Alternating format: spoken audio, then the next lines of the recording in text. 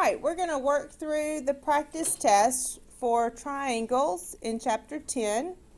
The first question asks you to use the words and letters in the box to label the parts of the triangle. So number 1 is pointing to this angle. So the best answer for that is an acute angle. I'm going to abbreviate angle.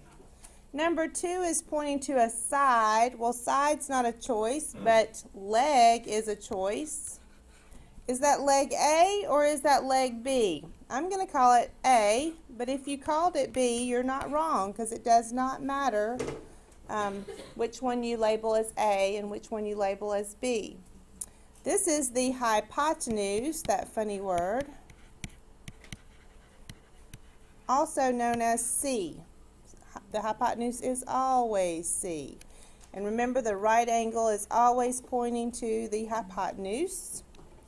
Then we have another angle that's being pointed to. This is our right angle.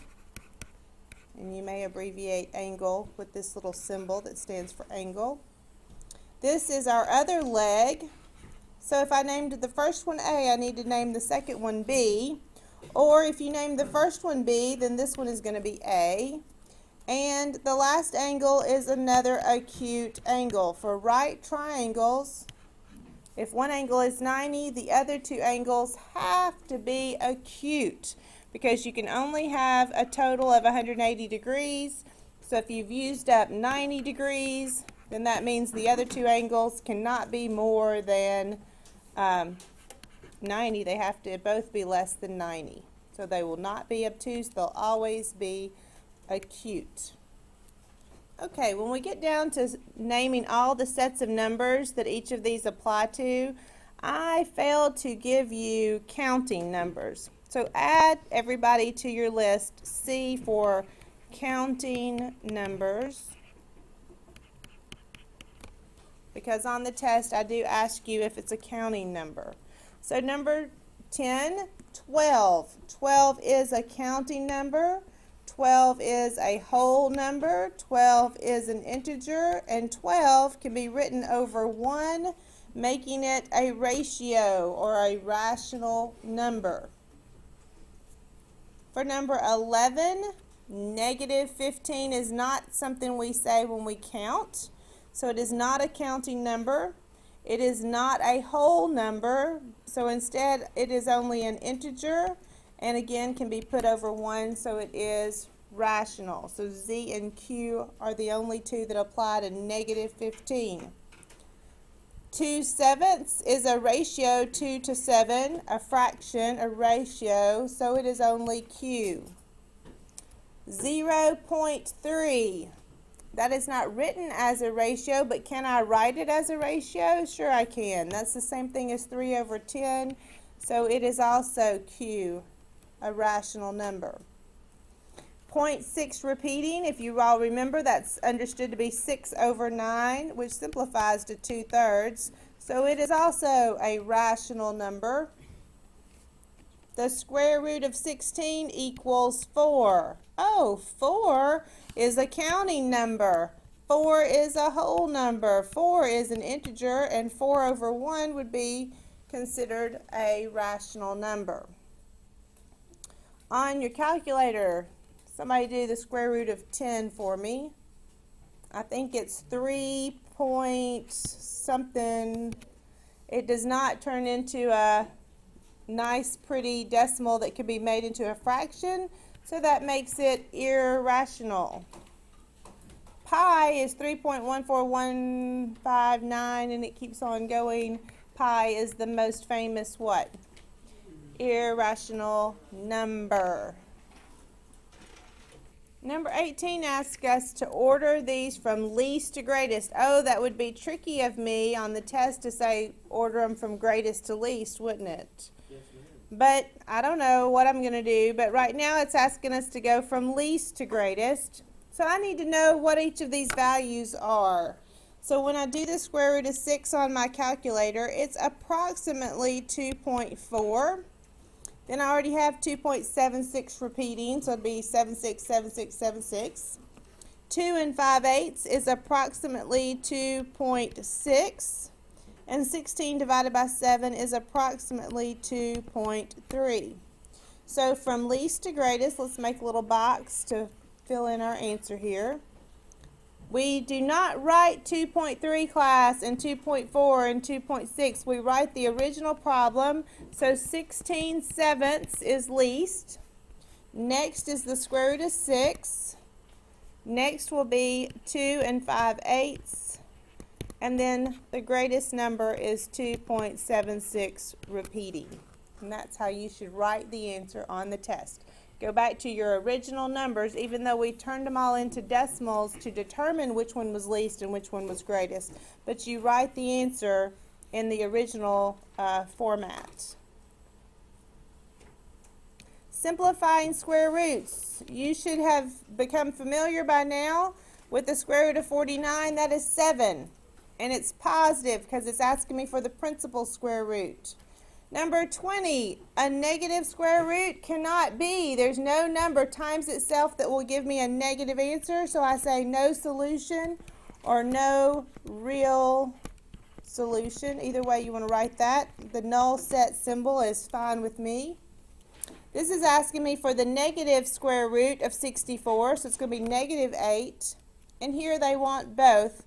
And the square root of 121, some of you may be a little bit rusty with that one, but it's 11. And hopefully the more you've done these, the more familiar you're becoming with those perfect squares. All right, number 23 and 24 says to solve each equation and show your work algebraically. Let me show you what I want to see on your test tomorrow. X squared. Whatever I do to one side of an equation, I have to do to the other, and I want to know x, so I need to unsquare it. Well, when I unsquare x, I have to unsquare some number that gave me 144.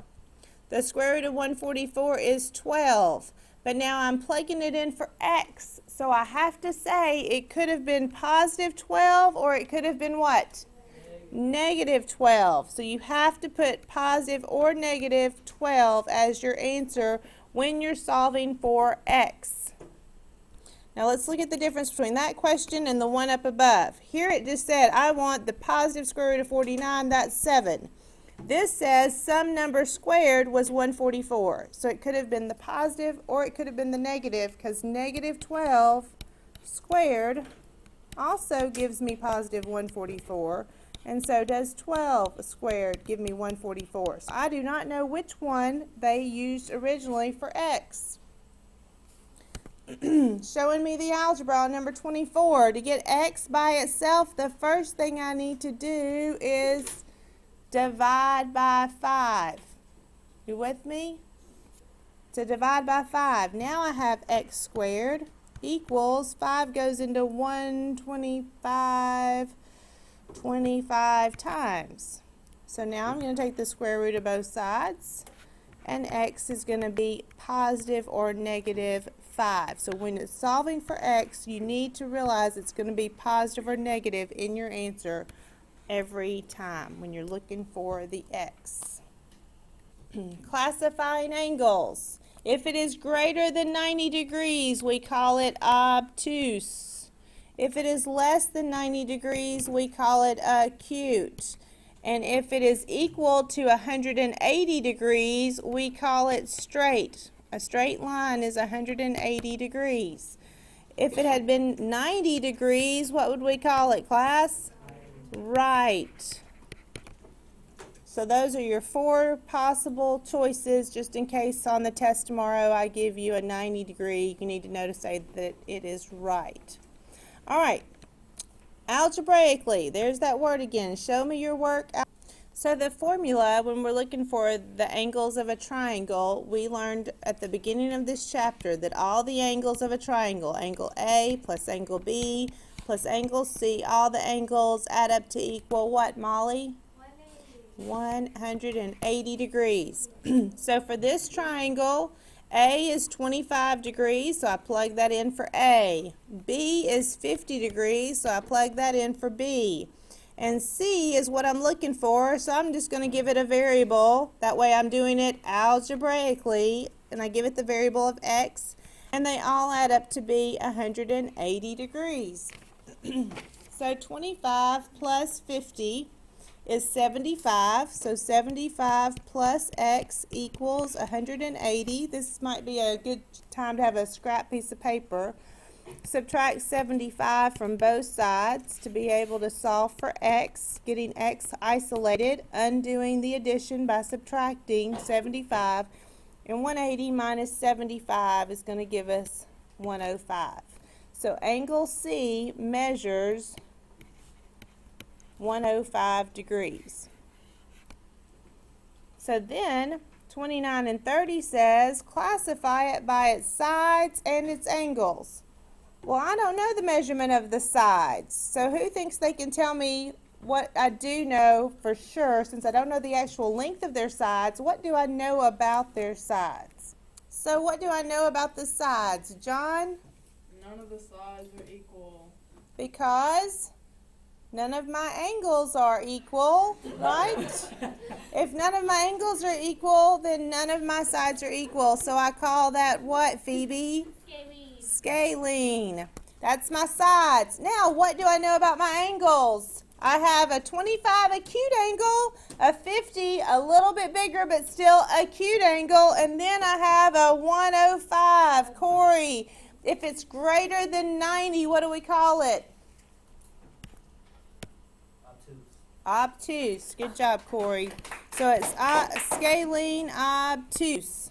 That's the best I can say. I do not actually know the lengths of the sides, but if I had two angles equal, I would have two sides equal. What would that be called? Isosceles with my own two eyes. So if you have two angles equal, you would have two sides equal. Since I have no angles equal, I have no sides equal. So that's why Phoebe says scaling. Okay? Now we're ready to move on to Pythagorean theorem. Fisher, Pythagorean theorem is for Right triangles. right triangles only. All right. And the Pythagorean theorem states that a squared plus b squared equals c squared. And since they told me to use Pythagorean theorem, they should have given me a box right here. I am looking at a right triangle. Again, these are my legs, A and B, and hypotenuse is C. So looking for C, I would say 15 squared plus 17 squared equals C squared. 15 squared is 225. 17 squared is 289, which is 514, which is not a perfect square that I know of. Take the square root of both sides, and C is approximately 22.7. Now, a few minutes ago I said if you're solving for a variable, you say plus or minus 22.7. But for this problem, I am looking for the length of a side. Can the length of a side be negative? No. So positive 22.7 is my answer for C. And technically I have rounded, so it's approximately 22.7.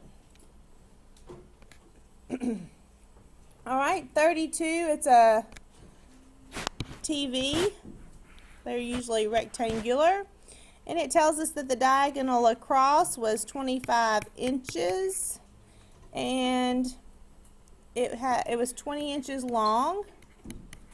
What is the height? So again, this would be my right angle, this would be a leg, this would be my other leg, and hypotenuse is 25. So I am only concentrating on this right triangle at the bottom. So h squared plus 20 squared equals 25 squared. Subtract 400. I have to isolate the h. H squared equals 225. Take the square root of both sides, and my h is positive 15 inches because I cannot have negative height. So I took the square root of 225. I hope I didn't do that too fast. Feel free to rewind and watch that again if you need to. Test tomorrow. Good luck.